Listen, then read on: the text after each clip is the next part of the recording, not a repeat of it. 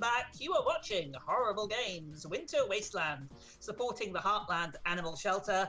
And what we have for you now, well, we have something. We have GT Pro Series with the one and only the thebpg13, otherwise known as Viper. Viper, please take it away, my friend. No problem, I can do that just as easy.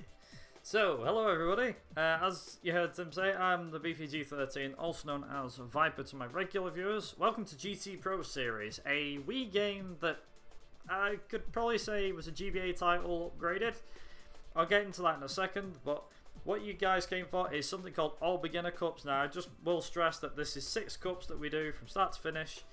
We can use any car we want. Now, granted, to save on time, we're going to be using the Toyota Supra for the first 3 events. And then for the last 3 events, we'll be using 3 different other cars, which are the Daihatsu Copen, Daihatsu Midget, or the Midget 2, I think it's known in this game as, and also the Toyota Vitz, which around the world is usually known as the Toyota Yaris, especially here in Europe and in the UK. So, I'll give you a countdown. So this is the career mode sort of part of the game. There's obviously you see 4 different classes. You've got beginners, intermediate, high speed, professional. We're going to be doing the beginners. So time's actually going to start as soon as I click on the beginners class. So normally there's like a little introduction thing, but obviously I've skipped that to save on time, things like that. So if we're ready on the timer, I will give you a countdown from 5, 4, 3, 2, 1, go. Okay, so GT Pro Series, where do I kind of begin with this? Well, first and foremost, this was a launch title for the Wii that released back in, I think it was around 2006? Something around that time. Now, as you might imagine, straight away something will jump out of you, which is the art style. So this is what I believe is known as cel shaded. It's very similar to another racing game, which was released in the early 2000s by the name of Automodelista, which was very popular in Europe, North America and Japan. Mainly Europe and Japan due to their version difference being superior to the North American version, but that's for a different time. Regardless, so that the appearance of the game has like this cel shaded look, which I think makes it look very nice, in my personal opinion. So when I said before about the fact that this is essentially a Game Boy Advance game upgraded, I was not kidding. I'm not joking. So to put it bluntly, back in the early 2000s, there was a game series known as GT Concept. Now, this was released for the majority of it was released for the Game Boy Advance. Now, the Game Boy Advance, as we all know, was a pretty good handheld system. Granted, it doesn't stand up to the likes of Nintendo Switch, but as a handheld console, it did very, very well. Very well, in fact. They sold quite a few copies, but the game itself, the GT Concept games, I believe there was only 3 of them. However, each one was different from the other. So, for example, in GT Concept, you had just like, it was your typical, to put it bluntly, it was like your typical Gran Turismo knockoff sort of game for a Game Boy Advance, which in and amongst itself is very impressive considering Gran Turismo started on the PS1. So it was kind of supposed to be like, in a way, like a Gran Turismo but for the Game Boy Advance. Now, the main thing to also mention is that, as well as all of this, as you no doubt tell, is that we have some particularly easy AI for these races. Now, I will just say for the record that the AI aren't actually a challenge on the beginner series, like, none whatsoever. They are not a challenge at all. So, the start of the race is the only time that we're actually going to see said AI, and then we're just going to disappear because we have a fast car, and yeah, easy. So unfortunately you won't see too much of the AI. However, that kind of gives me a bit more time to explain a few more things about the game. So, the mechanics for this game are very arcade-ish, to put it bluntly. They take a bit of getting used to, but they're very arcadey. So the cars tend to stick to the road like glue, but if you drift them, then they can actually go a bit quicker. So that's like the main thing that I'll be doing, going around corners, as and when I can. So when you're drifting around the corner with a car, it actually speeds up the car slightly. Now granted, this doesn't always make it quicker in some cases, especially like when there's a lot of tight hairpins, but again, you never know. So that's actually the end of the Enjoy Cup. So that's the first cup in the game. So one other thing as well to note about this is that we actually have, what is it? It's like we have one lap to do every single time we have a race. So because this is beginner, you'll obviously have just your typical, point A to point B races. Now in a racing game, you'd have like a 2 or 3 lap race. This one is essentially to, keep you on your toes and just to kind of get you into the game a little bit. So hence the reason why it's one lap. And it's also, this category is around 25 minutes. For a beginner, it probably take around near to 25 to 30 minutes. But believe me, with some somewhat decent driving, you can easily get under 25 minutes. So currently the record for this particular category is currently held by myself, and it's a 22:46. I believe that was done at a marathon as well, out of all places. So pretty fun time for that one. There is actually a chance that I could tie or even better my PB, which is currently the record, in this run. So you never know. Never say never. So there is actually a couple of different circuits in this, and I believe I think it's 16, maybe 18 tracks, I can't remember 100%. But basically you'll have, half of them will obviously be the right way around, they'll be going in one direction, and the other half will be in the reverse direction. So again, nothing too spectacular, but then again, I guess they were trying to get the track count up. A lot of games these days tend to do it still, so it's nothing new, I don't think. I've kind of got a bit off topic, but what I was trying to say about the GT concept games in the Game Boy Advance. So the first one was like a Gran Turismo, like I said, a Gran Turismo sort of knockoff, if you can call it that. Or Gran Turismo clone even. It was all about collecting cars and upgrading your exhaust and your engine and everything. You can do it in this game as well, but we'll get back to that. So in the first like I said, the first GT concept game on the Game Boy Advance, it was like a Gran Turismo knockoff. The second one was actually more like a Colin McRae knockoff, because it was called GT Concept 2 Rally Racing, and it was all stages, and you weren't doing any circuit racing whatsoever. And you'd have some spectacular cars, very fast cars too, such as the Suzuki Escado Pikes Peak, which anyone that's played Gran Turismo 3 will know what that car is. It was like a behemoth in the, against Pikes Peak, so that's something to just kind of mention. Not only that, I think it's probably worth mentioning the last game that released. So GT Concept 3, I think it was called GT Concept 3 Pro Racing. So this was essentially the same as the first GT concept game, just done with, to kind of put it bluntly, it was done with better, done with like better graphics, and the driving model was just as good. I was going to say just as bad then for a second. And to be fair, the GT concept games on the Game Boy Advance, I think, are quite well done for a Game Boy Advance game. Granted, they're not the best, but GT Advance 3 in particular is probably one of the best racing games in the Game Boy Advance. I'm not saying that that's the fact or anything like that, it's just personal opinion. But it's one of them games that would highly advise giving it a try, especially if you're into like arcade games, that sort of thing.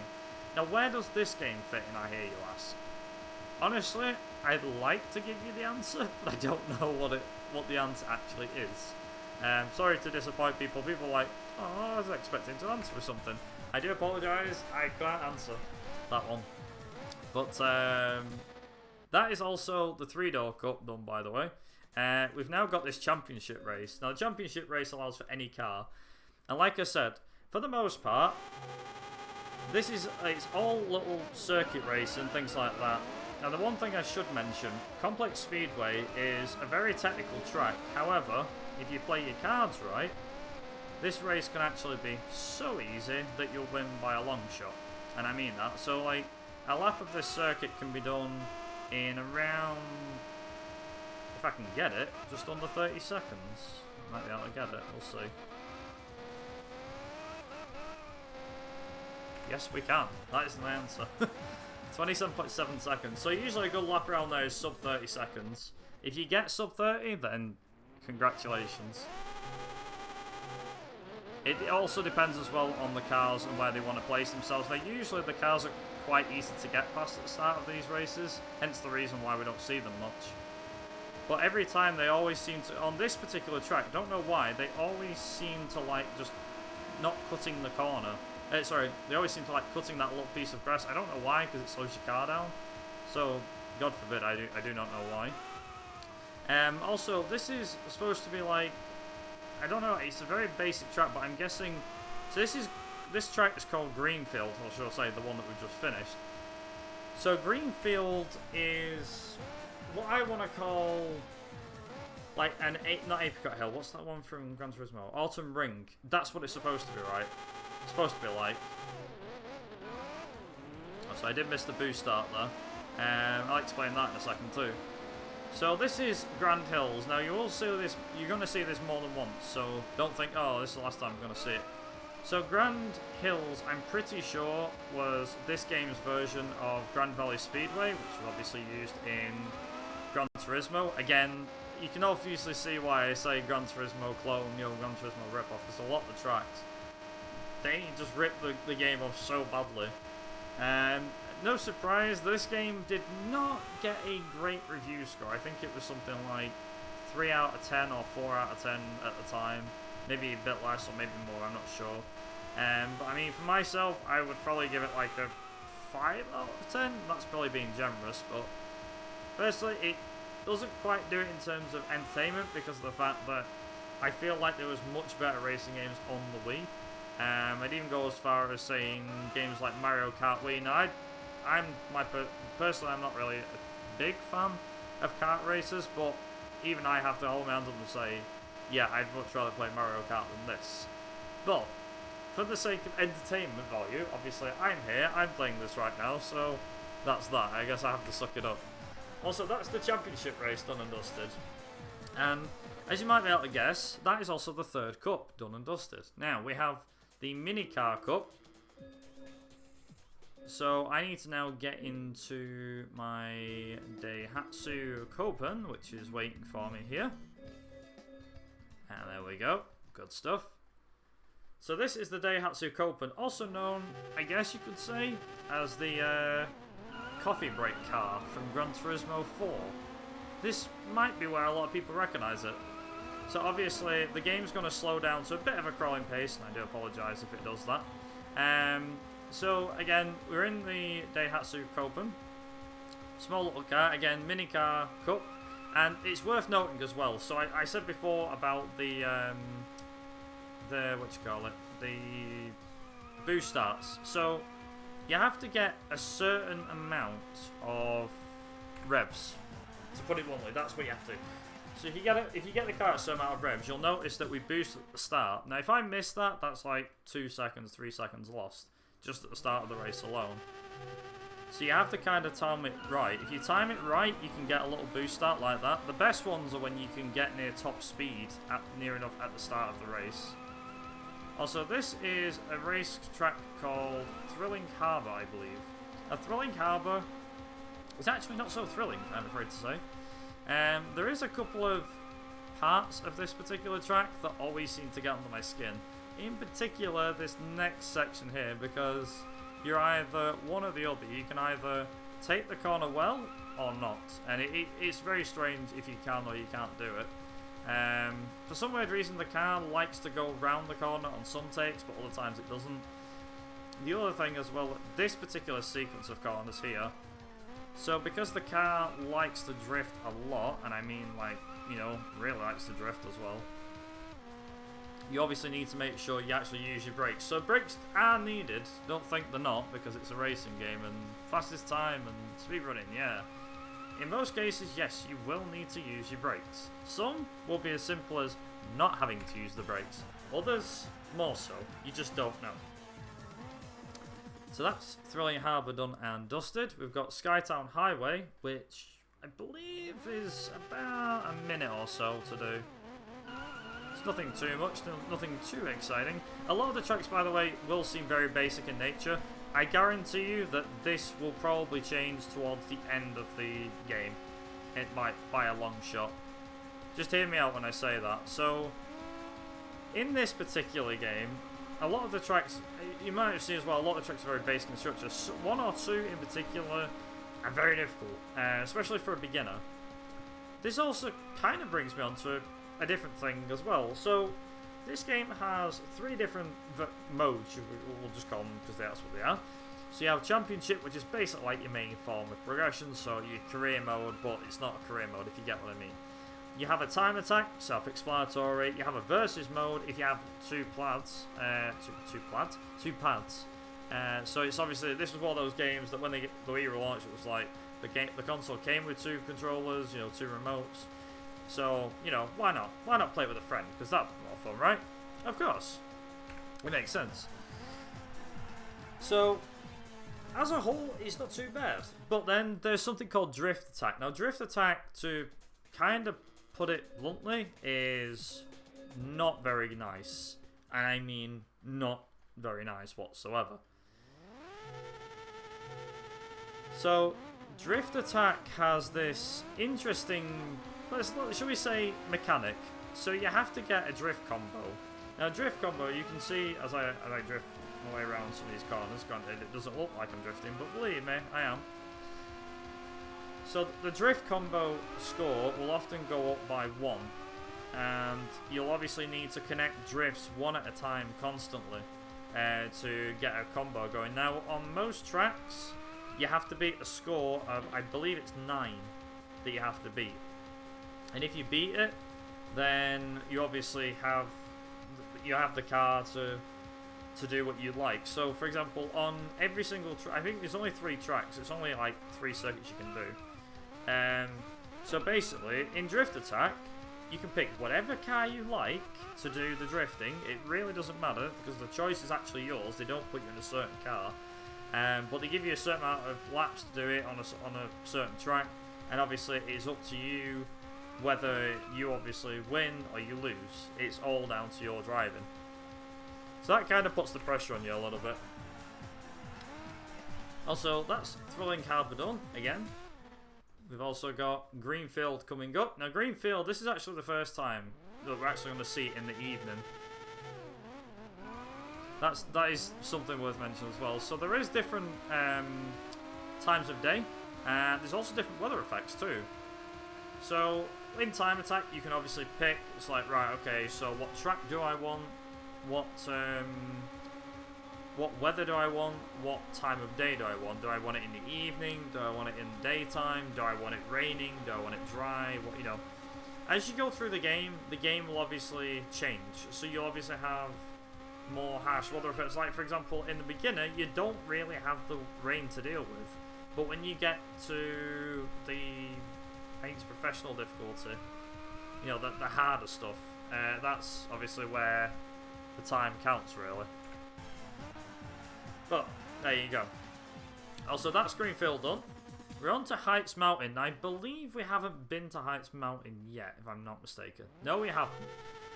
So this particular, this particular mountain track is actually very, very difficult. Now, I did mention before about there being a very difficult track. This is it. So this is quite... If I'm being honest, I'm pretty sure this was nicked out of an Initial D game. Like, they were like, well, we need something in Japan. We need something that will obviously get the player drifting, and we need to make it feel like they're on, I don't know, a mountain pass or something. Let's make something called Heights Mountain. So here you go. But yeah, from the visual style, as you might imagine, there's a lot of different bits and pieces going on. It's also worth noting you can use a handbrake in this. I personally don't use the handbrake. I'm not really too big of a fan of the handbrake, but you can use the handbrake if you so desire. Also, I always let my acceleration off there just so I can get around the corner on time, because obviously we need that. So this is actually the longest circuit in the entire game. It's around 1 minute, I think in-game it's like 140, 150-ish maybe. On my timer I've got around 155, something like that, so we'll see how this goes. But if we've got anything you want to say, Tim, feel free to go right ahead. Okay, thank you very much. I would like to remind everyone you are watching the Horrible Games Winter Wasteland, supporting the Heartland Animal Shelter. We are raising funds for them. Amazing cause. So please, we've got $313 so far. Let's see if we can get a little bit more in there. And remember, we do have the goal of seeing the hamsters. Only $15 away from that. We cannot afford to miss out on seeing the hamsters. So let's get that $15 in. Let's see if we can get that into the end of the run. That would be absolutely fantastic. Thank you very much indeed. And back to Viper. Okay, so we're actually on the Vits Club now, which is the last thing in the game, the last cup. Now, people will probably not recognise this guy straight away. So this is called the Toyota Vits. However, I believe in the UK or majority of the world, it was actually called the Toyota Yaris, or at least that's what I know it as. And you'll notice as well, we dressed it in pink. Now, there's a reason for this. This was painted pink the last time I did a run of this, I believe, or for meme purposes. But for those that aren't aware of why I painted this pink or don't get the resemblance, I'm pretty sure a lot of people might get it. So in Gran Turismo 3, one of the prize cars that you get for an event, I forget which one it is, it's in the beginner cup somewhere, or beginner events, you get a pink Toyota Yaris, or the Vits, or Toyota RS, or whatever they called it at the time. And because of that, and because of the internet, and so on, as you might imagine, it got turned into a bit of a meme, so to speak. Now, I'm not saying it is a meme, but that's kind of what the internet's turned it into. It's like, this is funny, you know, the internet will make it into a bit of a meme. So, to pay tribute to such car, this is why we have a pink Yaris. Make that what you will. Also, as I mentioned before as well, this card is... oh, sorry, no, this is something I haven't mentioned yet. So all cars, because of the fact that I'm playing with whatever cars I like and everything like that, I'm actually playing with all of the cars fully upgraded. So all of these cars that you see, all the ones that I'm driving in this run, they're all fully upgraded as much as they can be. Even if they're not very fast, they're still fully upgraded. Now, obviously, if I was to do a 100% run, I would obviously need to start from a new save file and upgrade cars and stuff as I go. The other thing is as well, and this is something which I like a fair bit. So, funnily enough, it has something in common with Automodelista too. So in this game, normally in a racing game, you'd have some sort of credits or point system, right? And that would obviously allow you to buy upgrades, to buy cars, that sort of thing. In this game, no. In this game, what happens is, when you go and do an event, like you beat a cup, you'll unlock a car. And you might even unlock upgrades for cars. It doesn't matter which car, by the way. When you unlock an upgrade, you're unlocking for the lot. Every car. Which is quite cool. But the main thing that I want to point out is, if, for example, you won a certain event, you get a certain car. You know, you get, well, like the fastest car. Like, yeah, you know, let's have the fastest car. Why not? But it's probably worth mentioning that, you know, you just never know what you're going to get with us. But all the cars that you get in this game are essentially free. You don't buy them, you don't pay for them, you don't pay for any upgrades. This is literally an easy game to play for a beginner. Simply because of the fact that you don't have to pay a bit. You don't, it's not like, oh, you know, I've just won that event, I've just spent like 6 hours winning that event, and now I've got to, you know, buy a new car and I've got to upgrade it. It's like, no, you don't have to. You've just won that car. It's unlocked in the showroom. All you got to do is select that car, add a load of upgrades to it, and da-da, off you go. It's literally that simple. Also, for whoever's on time, just make sure you're ready, because time will be coming up in about 10-15 seconds from now. As soon as I cross the line, so be ready. Get in there. Come on, car! And... time! Nice. 22.50 I got on my end for that. And that is it. that is GT Pro Series or Beginner Cups. Now, usually you do get like a car after winning all the events. Like I said, I've already won all of the events before. So for us, you won't see any of those screens of, oh, okay, he's won this car and he's won this upgrade and so on. You don't have to worry about any of that. But like I said, this is just the beginner's class. As I mentioned, there's 4 different classes. So you have the beginner's class, the intermediate, the high speed, and the professional, as you can see. With the intermediate, high speed, and professional, they all have licenses. So similar to what you get in a Gran Turismo game, which personally, I quite like that. The only reason as well that I mention the licenses too in Gran Turismo so much is because it has, you can see where it has something in common. Granted, the art style, you know, of the game and so on, it doesn't have the realistic art style that Gran Turismo has. If anything, it doesn't have any sort of nice art style for like Gran Turismo does. Obviously, this has its own unique art style, to put it bluntly. But yeah, like I said, if you want to give this game a go, there is obviously shops that still sell the game and stuff like that. I do believe as well that if you happen to have Dolphin, the emulator, the Wii emulator, which is what this is being played on, then you can obviously do runs via emulation. Obviously, no doubt about it, that would be the quickest way. That is the quickest way as far as we know. As far as that run goes, that run's quite optimized as is, so I could probably not, according to my splits, not 10 seconds off my PB, but yeah, we're probably going to go, I'll sign back over to Tim, because I think I'm doing another run next, so take it away, Tim. Thank you very much. Okay, Viper, that was absolutely amazing, my friend. Really, really enjoyed that. I hope everybody enjoyed that as much as I did. But don't go away. We're going to go for a little donation. Would love some of those. We'd love to go for a little intermission just now. And we are going to be back with a Viper again. And they are going to be running House of the Dead 3. So stick with us. And we'll be right back after this intermission.